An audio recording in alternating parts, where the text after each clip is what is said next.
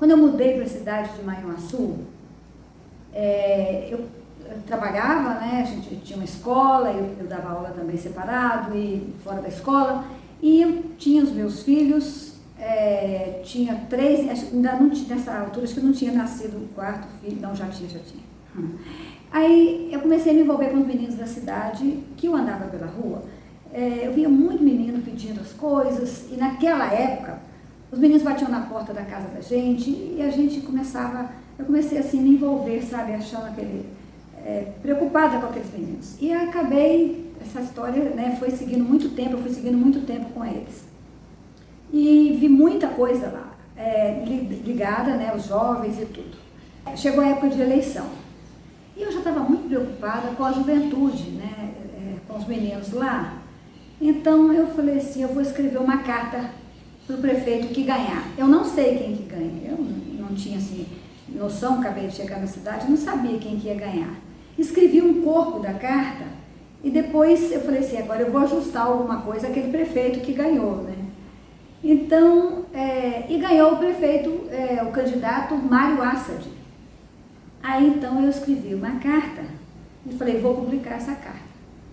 E fui com a carta para o dono do jornal, que era o padre Júlio, né, que cuidava do jornal naquela época, da rádio e do jornal. E cheguei perto do padre, entreguei a carta para ele. E falei assim, eu quero saber quanto o senhor me cobra para publicar essa carta aqui. Então eu vou ler a carta para vocês que eu escrevi.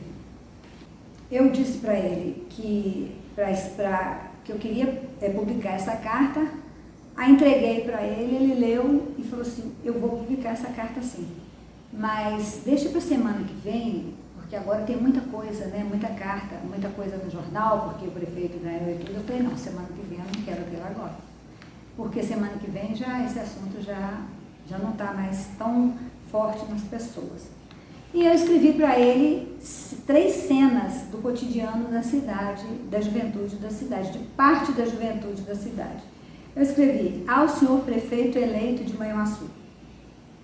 3 cenas extraídas do cotidiano de nossa cidade.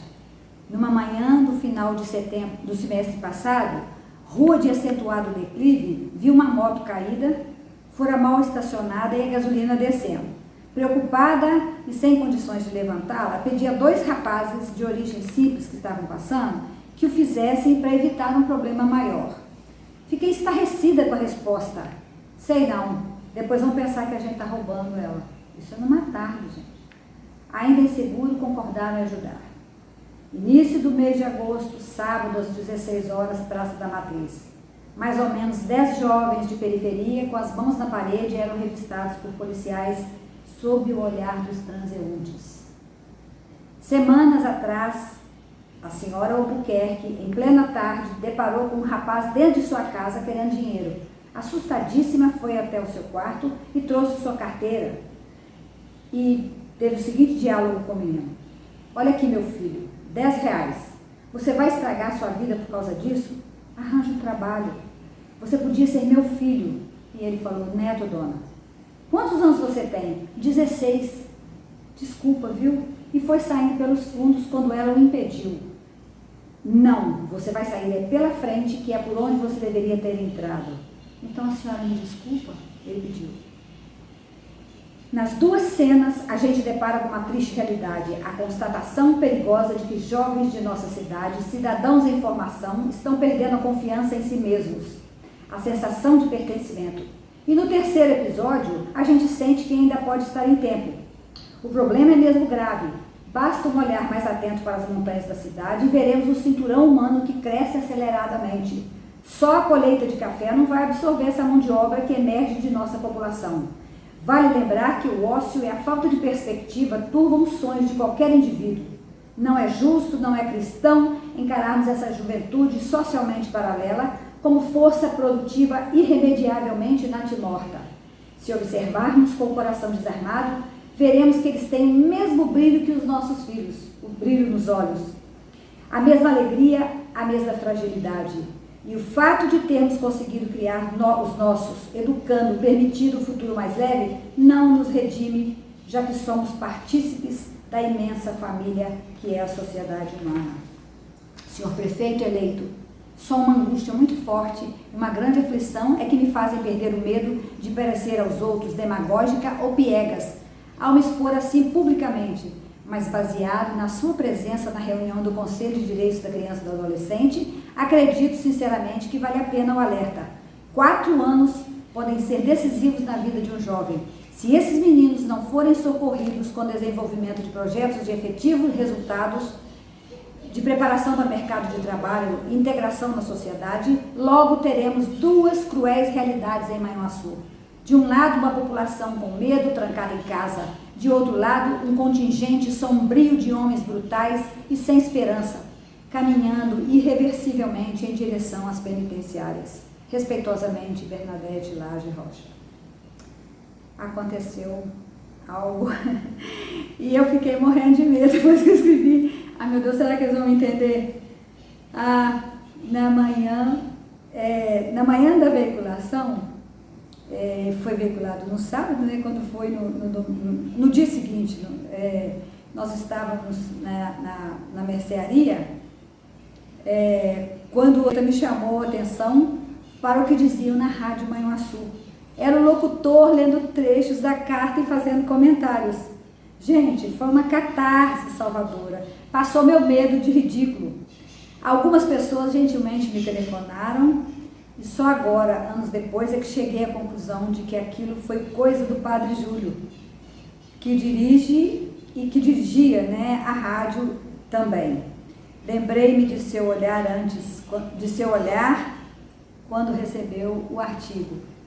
Bom, essa história, eu continuei naquela luta, trabalhando com os meninos, e um dia chegou um menino na minha casa, nem fui na minha casa, no meu trabalho, a menina que trabalhava lá falou assim, tem um menino aí pedindo alguma coisa. Eu falei assim, deixa eu ir lá ver. Aí eu olhei e encontrei um menino de uns 11 anos de idade, negro, e que é um cabelinho oxigenado. Aí eu olhei e falei, bom, ele já não perdeu a esperança, ele ainda tem uma alegria, isso é muito bom.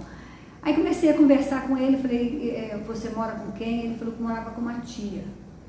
E eu falei assim, você não está estudando? Ele falou, não, a gente podia conversar com a sua tia e dava um jeito de você estudar e tudo. E comecei a acompanhar aquele menino, e o tempo foi passando, ele tinha um irmão, ele tinha uns 11, o irmão uns 13 anos por aí, uma coisa assim, ou 14, ele tinha 12, 14, não sei. Fui acompanhando.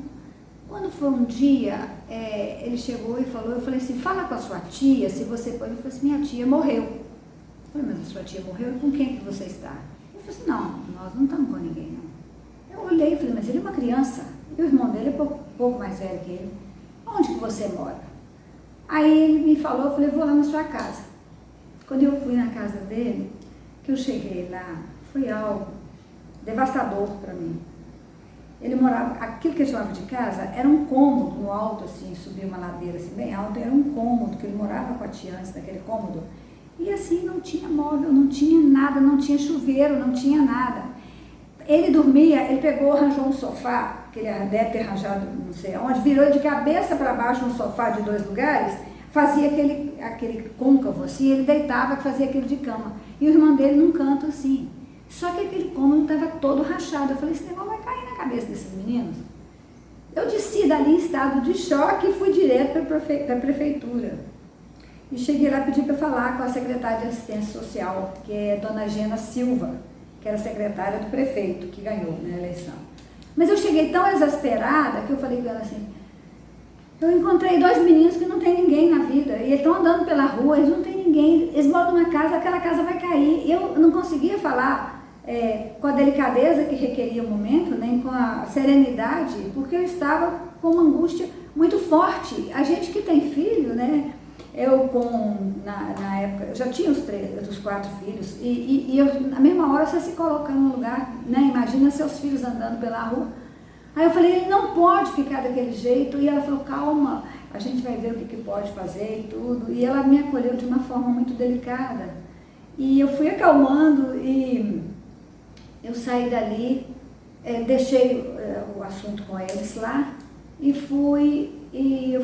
fui atrás falei, João, arranja um lugar, vamos arranjar um lugar para você morar. Então tinha uma casa lá no alto, lá né, no lugar que ele estava, lá no campo de avião, que eles chamam de campo de avião, FUMAP, campo de avião. Então um senhor lá, uma família que morava lá, tinha embaixo uma espécie de um porão, mas tinha luz elétrica e tudo, aí eu aluguei aquele porão, aquele lugar para ele. Tinha um quarto, não é o porão, na parte de baixo. Tinha um quarto, tinha um banheiro, então ele passou a ter luz elétrica, que ele não tinha há anos. E eu fiquei falei, olha, João, você vai ficar aqui com o seu irmão lá, você não pode ficar mais não. E fiquei aguardando a prefeitura e nessas alturas eu estava já de mudança para Viçosa. Isso eu morei na cidade 17 anos, né? E nessas alturas eu já estava, porque esse era um dos projetos, eu mexia com um monte de projetos, nessas alturas eu já tinha várias companheiras, né, de trabalhos voluntários lá. Mas aí eu já estava mudando para Viçosa, eu deixei ele lá naquela casa. Aí uma pessoa ofereceu um trabalho para ele já estava com uns 16 anos, ele ofereceu um trabalho para ele, eu falei assim, olha, você tem que estudar, você tem que continuar estudando. Então, bom, eu mudei e tempos depois eu resolvi ligar para Manhuaçu para saber como é que estava a história do João, e eu descobri, né, através da assistência social, que o João tinha conseguido, ele e o irmão dele tinha conseguido uma casa para eles num conjunto habitacional que foi feito lá no campo de avião, e eles estavam morando lá. E eu fiquei muito feliz e me comprometi a ir visitá-los quando eu fosse lá. E tempos depois eu fui até lá, fui lá no campo de avião, marquei com ele me levou na casa dele, e na porta estava escrito assim, Residência do Silva. E uma amiga minha, eu contei para minha amiga, né, que ele tinha conseguido, ela pegou, mandou para eles móveis, a Vera Póvoa, ela e o Roosevelt, um casal de um coração imenso, né, maravilhoso, eles mandaram para eles cama e cadeira, enfim, essa foi a última vez na minha vida que eu vi o João. Ele está protegido e eu agradeço. Obrigada.